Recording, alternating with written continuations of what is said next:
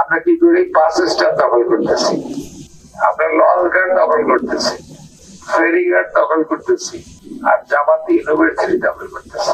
সাবেক স্বরাষ্ট্রমন্ত্রী ও বিএনপির ভাইস চেয়ারম্যান আলতাফ হোসেন চৌধুরীর কয়েকটি বক্তব্য সামাজিক যোগাযোগ মাধ্যমে ছড়িয়ে পড়ে ব্যাপক আলোচনার জন্ম দিয়েছে।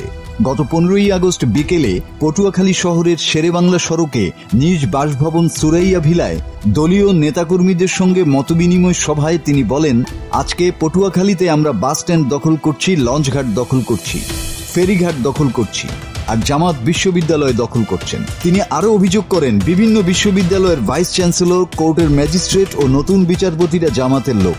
তবে আমরা জামাতকে বদনাম করছি না, শুধু দুই জায়গায় পার্থক্য দেখাচ্ছি। বিভিন্ন ইউনিভার্সিটির ভাইস চ্যান্সেলর তারা জামাতের লোক, বিভিন্ন কোর্টের ম্যাজিস্ট্রেট বা হাইকোর্টের জাস্টিস নতুন যারা যাচ্ছে তারা জামাতের লোক। আমি কিন্তু জামাতের বদনাম করতেছি না, আমি দুইটা জিনিস তফাৎ দেখাইতেছি যে আজকে আমাদের অন্তত পরিকাল দেখেন, আমরা কি করি, বাস স্ট্যান্ড দখল করতেছি, আমরা লঞ্চঘাট দখল করতেছি, ফেরিঘাট দখল করতেছি, আর জামাতি ইউনিভার্সিটি দখল করতেছি। তফাৎ দেখছেন? খালি নেতা হইলেই হবে না, নেতার কোয়ালিটি থাকতে হবে। যদি নেতা মনে করে যে চাঁদাবাজি করাই তার কাজ, দখলবাজি করাই তার কাজ, তাহলে আমাদের নেতৃত্ব দেবে কখন?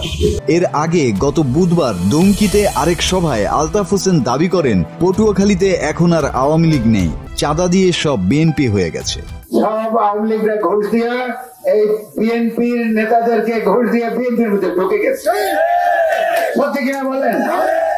সেই জন্য বলছি আওয়ামী লীগ নাই, ওরা সব ফলাই গেছে তা না, আপনার আশেপাশেই আছে, আপনার মধ্যেই আছে। আলতাফ হোসেনের এসব বক্তব্য ছড়িয়ে পড়ার পর রাজনৈতিক অঙ্গনে সমালোচনার ঝড় ওঠে। এ বিষয়ে জানতে চাইলে জেলা বিএনপির সভাপতি স্নেহাংশু সরকার বলেন, তিনি যে কথা বলেছেন এটা তার নিজস্ব বক্তব্য, আমরা পটুয়াখালীর বিএনপি নেতারা সে বিষয়ে অবগত নই। মাসুদ হাসান, বাংলা টিভি।